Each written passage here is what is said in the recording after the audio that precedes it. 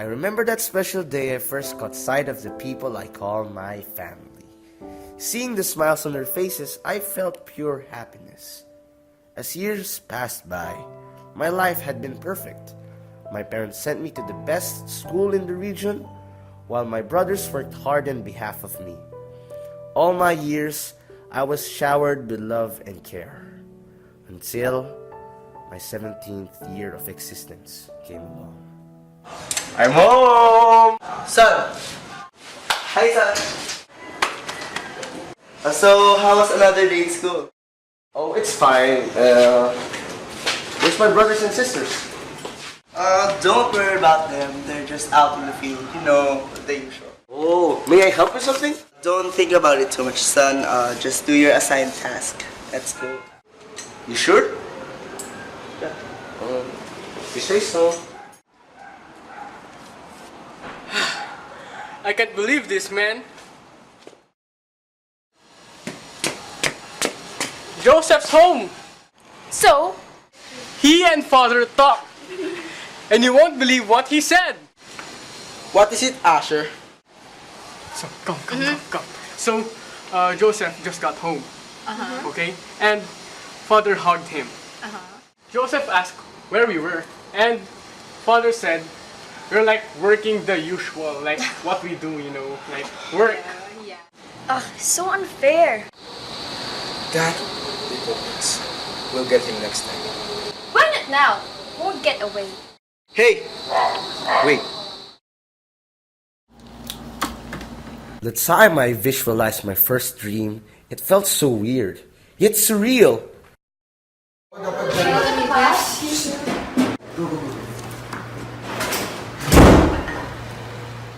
I had a dream! I had another dream!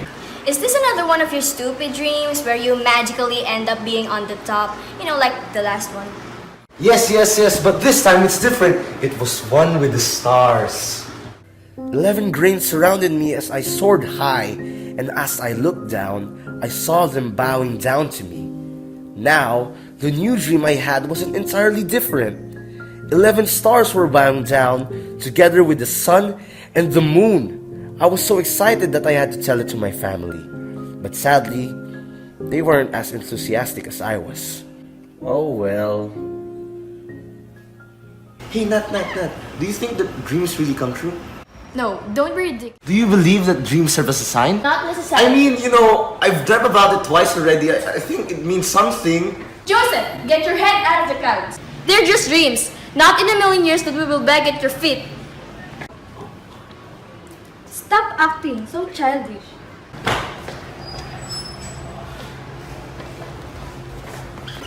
Don't ever expect the world works the way your silly imagination does. Never will we bow down to someone so naive and so ridiculous as you.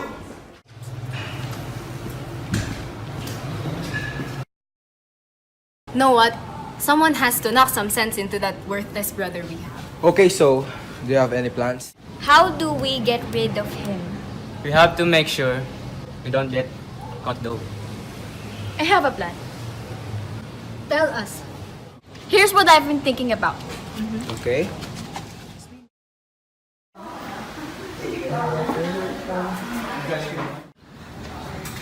Hey, Joseph! Come here for a second. Come on. Ruben, you guys are here. But why? We just wanted to say we're sorry about the fight last time. So we've come to pick you up, our dear brother. Yeah, we're really sorry, you know. Really? Yes. That's like, I'm sorry too. Come on. Now that's out of the picture. How about you? Come and join us. Tell him, Ruben. So we're planning to go to the city. Wanna come with us? Me? With you guys? Of course. We're cool, right? Yeah, sure. I'd like to join. Oh wait, I have to go somewhere. Goodbye. Okay. Okay.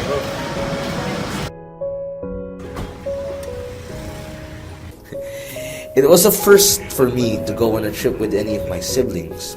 I was extremely ecstatic, as it was something new, being in good terms with them and traveling to the city. We rode far and long until I caught sight of buildings and more cars around us. By then, I knew we have arrived in our destination. I'm thirsty. Can we buy some drinks? Over there! Can you buy us something before we get going? Oh, sure. Wait here. Just wait here.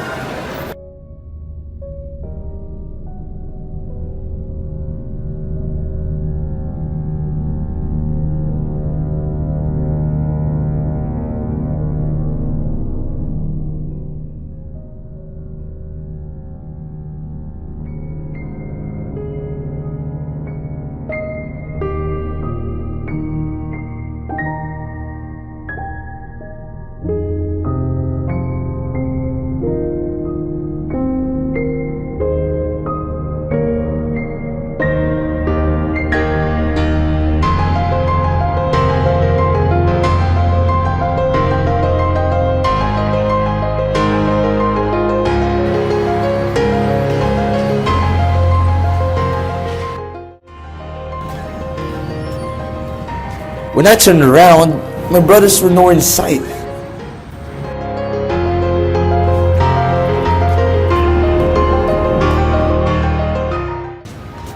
That's strange, I thought, as I tried to look hard for them. The more I searched, the more the worry, fear, and confusion took over me.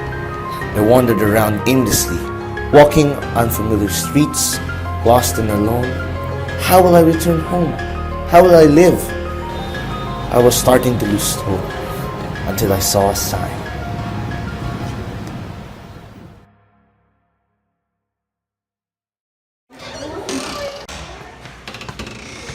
Excuse me. What brings you here? How can I help you? I was hoping if I could apply for the job. I saw the flyer outside of an open spot. So, yeah. With a hopeful heart, I applied for the job, having trust in God that He will help me, even without a resume.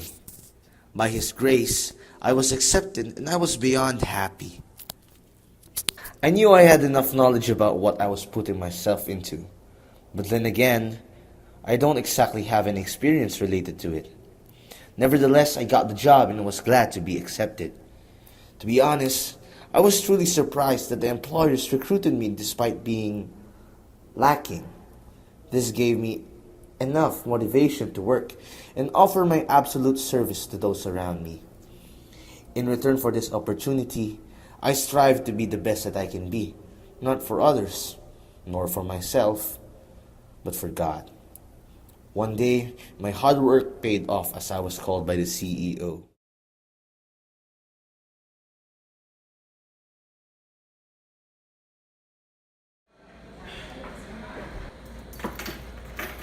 So, Joseph, I've heard many things about you.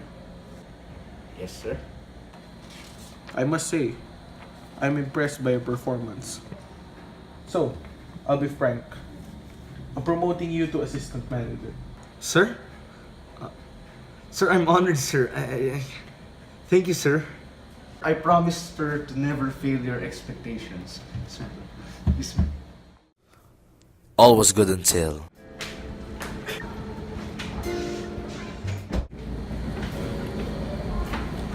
Joseph, Yes, miss? do you have some time to talk?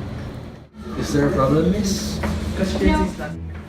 How would you like to be rich in the blink of an eye? Pardon?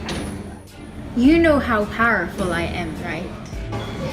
I would like to ask you a small favor. I would like you to get a small amount of money from the stocks that my husband owns. You may ask, what would you get from it? Of course, you get a big portion if you don't get caught. I'm sorry, ma'am, but I must refuse. Are you sure? Yes, I am positive, ma'am. Because... You may seem to forget what I can do, Joseph. I have an appointment to go to, ma'am. So I'll be taking a leave.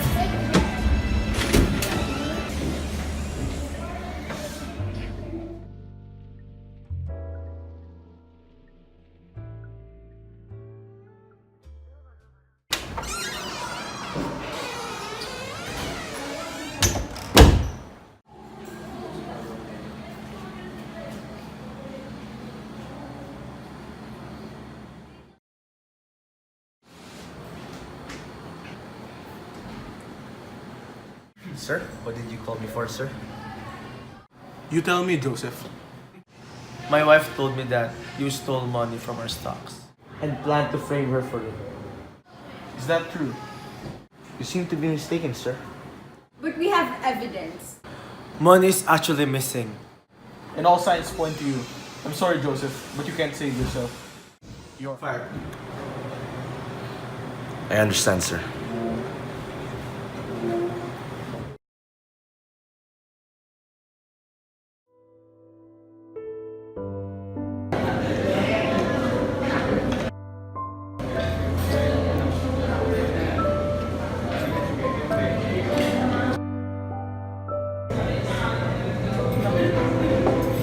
What are we going to do with our companies? We're going bankrupt. Ever since another company terminated their partnerships with us, we've been struggling. I actually had a weird dream. In it, I had 3 wicker baskets on my head. In the top one were all kinds of bakery products for the boss. That is weird, but you know what's more weird? I also had a dream. In my dream, I saw a vine in front of me, and on the vine were 3 branches. It had barely budded when its blossoms come out, and its clusters ripen into grapes. Boss' cup was in my hand, so I took the grapes, pressed them out into his cup, and put it in Boss' hand.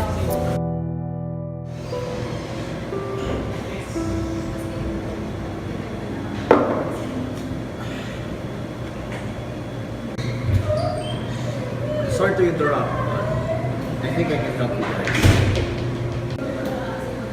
The girl employee's dream meant that 3 branches equals to 3 days' time. The partnerships between her company and the NL company will be established once again, and the one with the girl employee putting the boss's cup into his hands meant that the trust will be restored back. However, the boy employee's dream meant that 3 baskets are equivalent to 3 days as well. The bread represents the stocks he hid away. The birds blocking out the bakery products meant that the partnership and business will fail and fail and fail. What's your name? Joseph. I'm Joseph.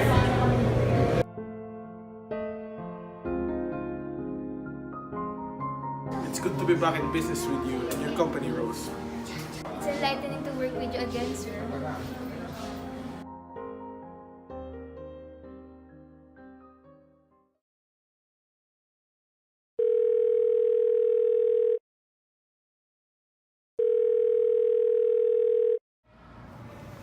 Hello? Rose, could I talk to you for a moment? Good morning, sir. What have you been up to? Not much, but there's this thing bothering me. What is it, sir? I had a dream last night, and I'm having a hard time figuring it out. Dreams? Having a hard time interpreting it? I had one of those 2 years ago. What? Did you know what yours meant? Yeah, eventually, someone kind interpreted them for me, along with Mike, who you rejected 2 years ago. Do you remember his name? Yeah, he was fired for something he didn't do in this company 2 years ago. Who could that be? Is there such person? Yeah, he's Joseph. Joseph. Joseph. Ah, Joseph. I still have his records and his contact information. Do you think you could give him a call? Give me his phone number, sir.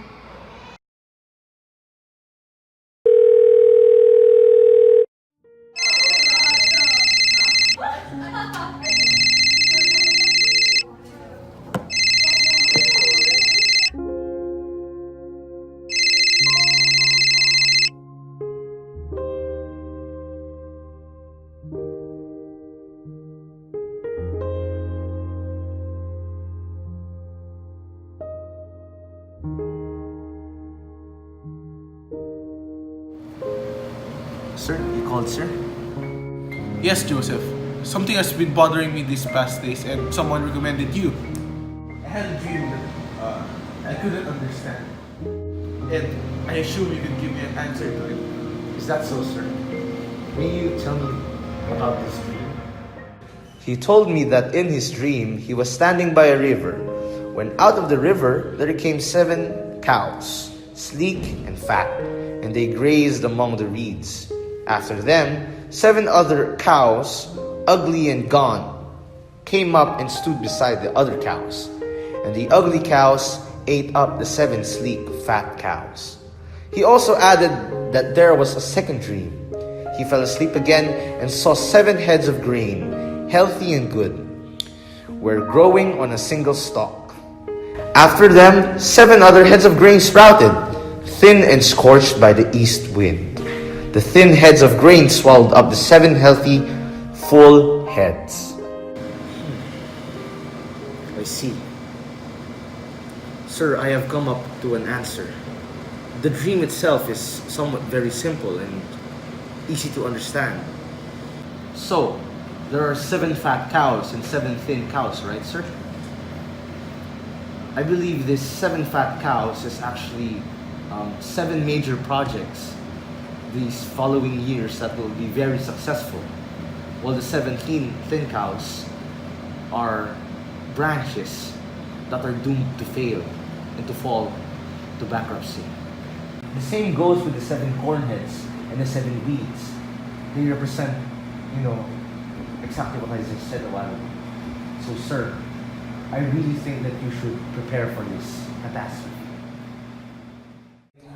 After the interpretation I gave him, he fell silent. I guess I gave him something to think about. Joseph! I didn't really expect the call at all. Never thought I'd see your face in this company again. Welcome back. It's good to be back, sir.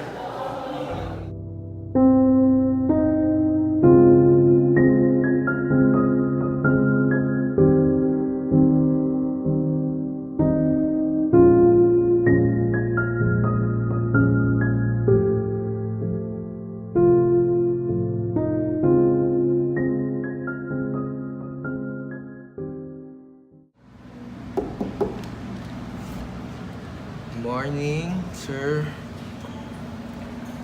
Good morning.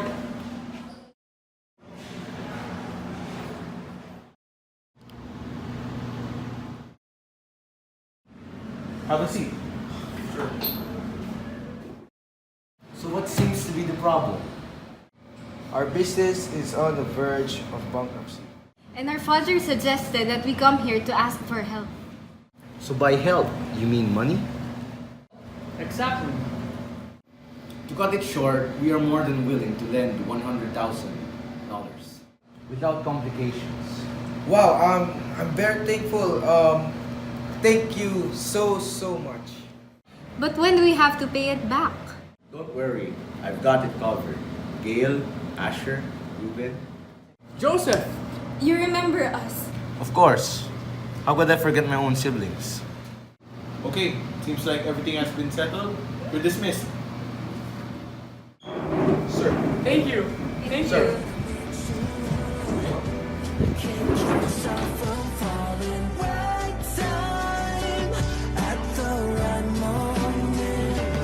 You can probably guess how this story ends by now, right? I was given a career far greater than my expectations, and I was given the chance to set things right with my family. Life was perfect once more, I can say, and there's no one else to thank that for but the loving God who is above me, above.